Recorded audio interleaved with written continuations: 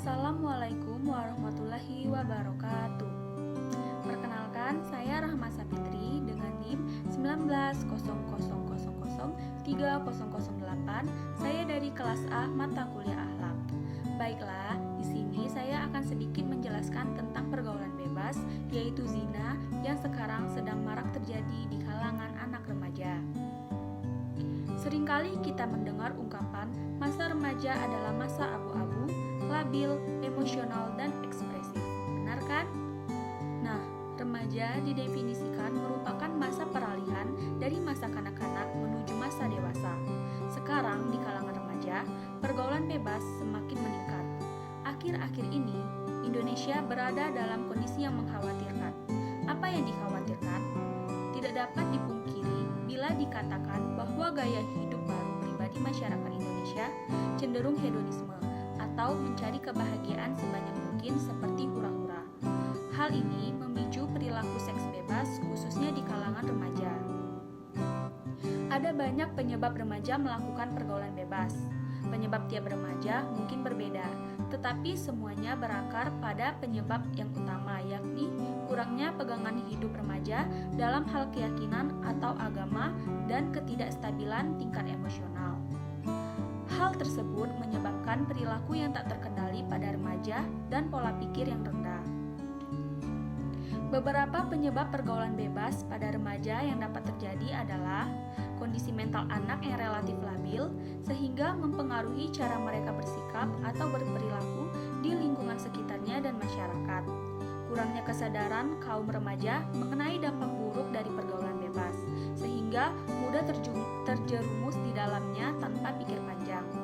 Kondisi keluarga yang tidak harmonis seperti broken home atau terjadinya kekerasan dalam rumah tangga yang dapat disaksikan anak dalam kesehariannya.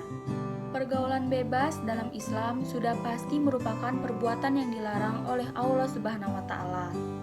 Hal ini karena pergaulan bebas memiliki banyak dampak negatif terhadap diri sendiri dan suatu masyarakat. Perbuatan itu merupakan perbuatan yang sangat buruk dan yang dilarang dalam agama Islam dan di dalam Al-Quran. Terkait hukum zina, semua ulama sepakat bahwa zina hukumnya haram. Bahkan zina dianggap sebagai puncak keharaman.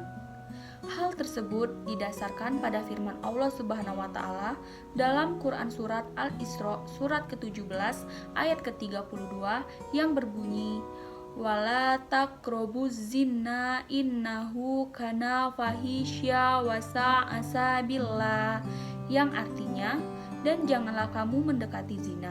Sesungguhnya zina itu suatu perbuatan keji dan suatu jalan yang buruk. Selain ayat Al-Quran, ada beberapa hadis yang membahas larangan untuk melakukan perbuatan zina. Salah satunya yaitu hadis riwayat Abu Daud dan Tirmizi yang berbunyi idzanar rajulu kharaja minhu lin manu kana alaihi kazullati fa idzan qata'a roja'a ilaihi linma, yang artinya jika seseorang itu berzina maka iman itu keluar dari dirinya seakan-akan dirinya sedang diliputi oleh gumpalan awan di atas kepalanya. Jika dia lepas dari zina, maka iman itu akan kembali padanya. Hadis riwayat Abu Daud dan Tirmizi. Adapun bahaya di dunia jika melakukan perbuatan zina, yaitu mereka yang berbuat zina akan dicampakkan oleh Allah Subhanahu wa taala dan ada sifat liar di hatinya. Merupakan aib yang berkepanjangan, dapat merusak masa depan, kehilangan kesuciannya sebagai wanita, dan menjadikan lelaki yang berbuat sebagai orang yang bejat dan keduanya sama-sama tidak bermoral, dan jembatan untuk menularnya berbagai macam penyakit yang berbahaya.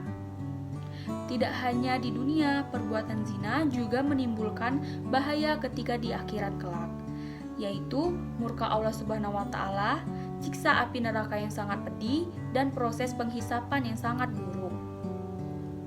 Itulah hukuman-hukuman berat yang akan diterima oleh pezina baik di dunia maupun di akhirat. Bagaimana caranya untuk terhindar dari perbuatan zina? Ada beberapa cara yang bisa kita lakukan, yaitu seperti berikut. Jauhi sumber zina tersebut, hindari khalwat yang bukan mahram, ikuti pergaulan yang positif, tinggalkan dosa yang dilakukan, akui kesalahan, sesali perbuatan, dan bertobatlah dengan ikhlas.